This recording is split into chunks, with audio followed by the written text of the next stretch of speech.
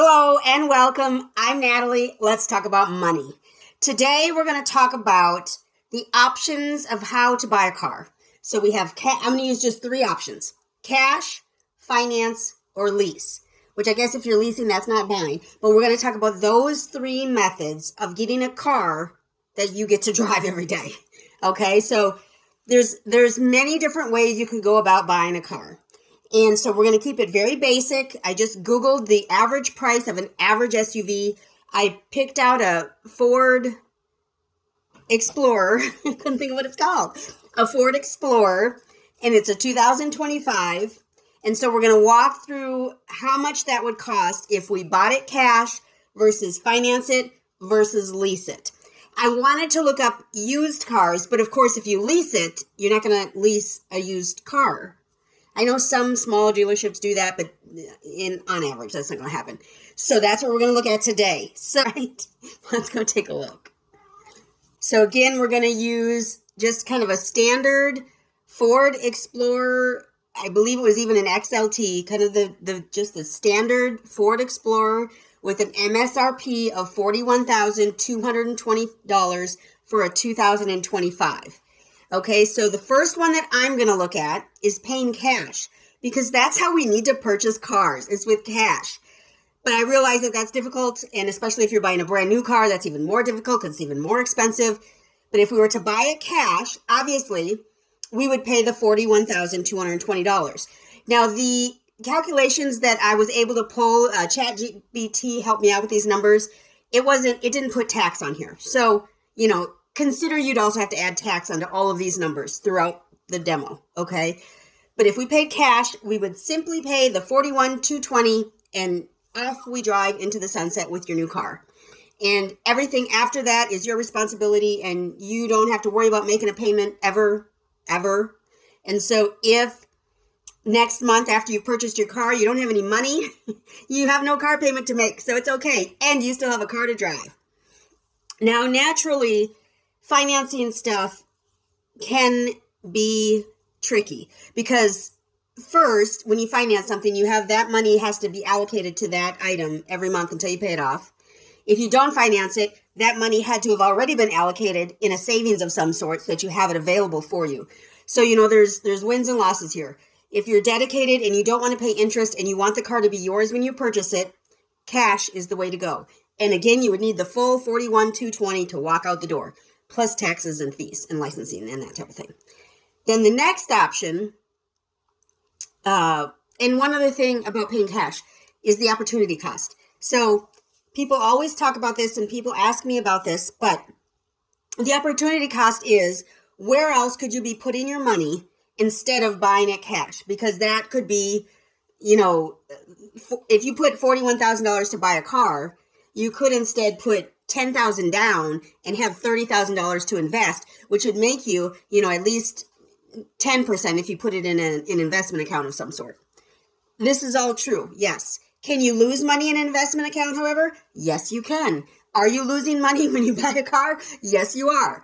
So these are the things you should weigh. Of course, if you're purchasing a $5,000 or a $10,000 car, that's quite a bit different than buying a $30,000 or $40,000 or $50,000 or $60,000 car. There's a difference, of course, because a $5,000 car is going to be easier to create that amount or save that amount versus coming up with $40,000. Okay, so it's all in scale though. So whether you have $5,000 or you have $105,000, you have to figure out what's best for your bank.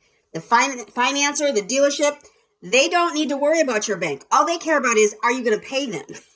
So you need to worry about your bank and what your bank needs to do month after month after month. Okay, so pay cash. But anyway, think about that opportunity cost. If you're concerned, think about that opportunity cost, because that is a thing. That is actually a thing. Even though I want you to pay cash, it is a thing. All right, so then the next option is financing this car. So financing will allow you to spread that cost over time. You don't have to, dish out $41,000 all at a time. Maybe you only dish out $5,000 or $6,000 to start with. Okay, so let's take a look just at a standard 2025 Ford Explorer.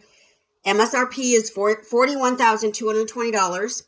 In this example that they gave me, the dealership would want $4,000, which means you would finance $37,220. In this example, they would give you an APR of 5.9%, which seems like a good APR on a car right now. It seems like that might be if you have good credit. If you don't have good credit, we probably need to adjust.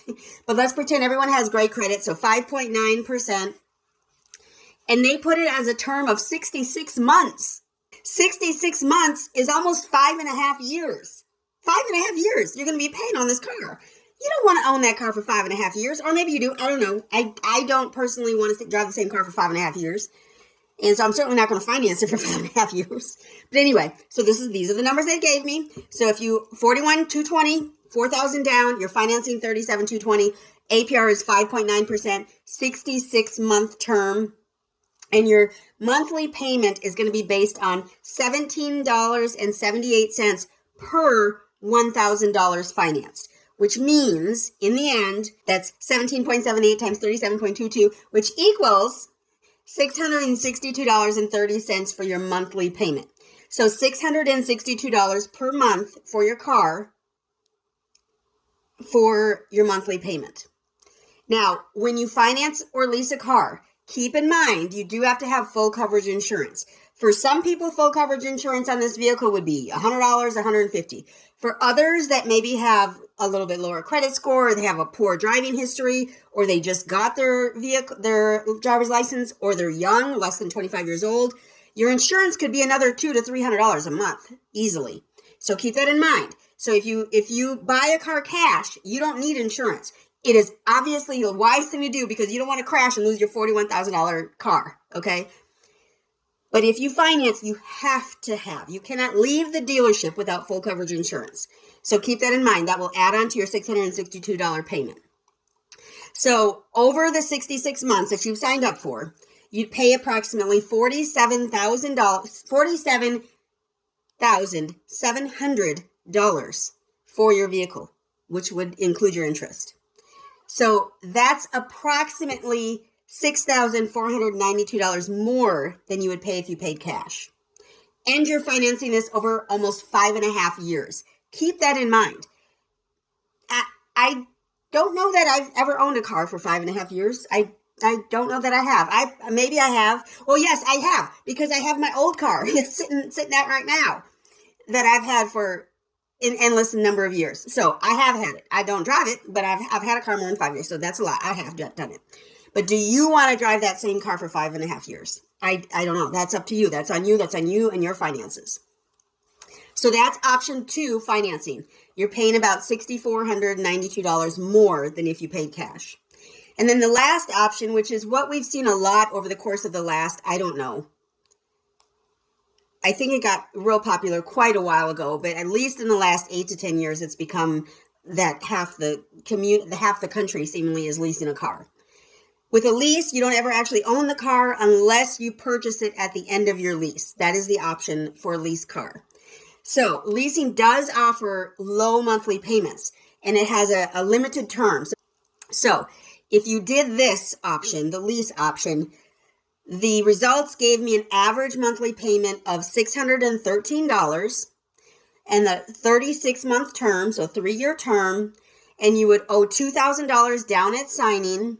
And so your total lease cost would be the $22,068 from the actual payments, plus the $2,000 that you had to put down in the beginning. So that's $24,068 for a lease vehicle that you're not going to own at the end of those 3 years. Now, keeping in mind, of course, that you do have the option to purchase the vehicle at the end of your lease in most circumstances. Your total cost of that lease would be $24,068. And keeping in mind with the lease, again, you have to purchase full coverage insurance for your vehicle the whole time it's leased, no breaks.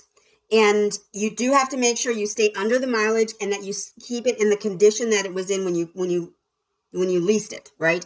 You can't return it looking crazy, okay? You can't return it like some of these cars I've seen when they used to sell cars. You can't return it like that if it's a lease, okay? So keep that in mind.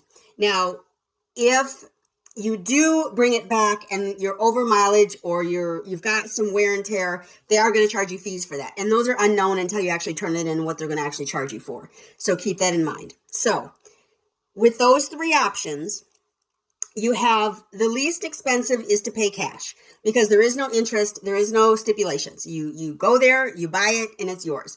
$41,220. Your second least expensive is leasing. Well, actually, leasing would be least expensive, but you don't own the car, so I don't know if that's really fair to say. Leasing would be $24,000. Okay, so put that in your wheelhouse wherever you want to put that. To me, that seems more expensive because at the end, if you actually want the car, you then have to buy it, and you're not really going to finance it because you've already financed it for the last 3 years. Why would you finance it for another 3 years? But anyway, $24,000 to lease it. And then financing, $47,700, which is more than $6,000 more than if you would have just paid cash. So, of course, each option has its pros and cons. I am not a financer, so I don't know why people are doing this. You're giving your paycheck, literally your paycheck, you're giving it to Ford or Chevy or what are the other ones? Dodge, whatever. You're giving your paycheck to them every month. And then keeping in mind, of course, you still have to pay insurance. Everyone in America should have insurance of some sort. Everyone in America does not need full coverage insurance. My old car does not have full coverage. It is on liability only just in case I want to drive it to the store for some random reason that I don't know of. So financing basically is spreading that cost throughout multiple years, 5.5 in this example. Purchasing it cash, obviously you have to give the money all at once. Leasing also spreads that cost over time, but at the end, you don't own the vehicle. Okay, so these are the things you have to weigh in your mind that, make it important or not important for you. So when you go to look at a vehicle and you go to figure out what you should do, what option you should take, you should consider your financial situation, your driving habits, like how far you drive and how well you take care of your car, and also your long-term plans. What are you planning on doing in 5 years from now, in 2 years from now, in 10 years from now? How much money are you going to need to live in 2, 5, 10 years from now? If you are spending $600 and some on a car payment, does that leave you enough money to invest for your future? Or is that all being sucked into that car that you're paying for every month? These are things you should consider as you walk into that dealership all willy-nilly talking about you can afford a $600 payment. How much of a payment are you giving yourself every month in your investment account? That's what we need to consider.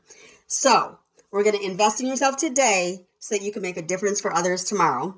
And also give the video a big thumbs up. Leave a comment down below. Be sure to subscribe. When you subscribe, you should hit the bell so you know when the next video comes out. I thank you so much for stopping by today. Y'all have a great one.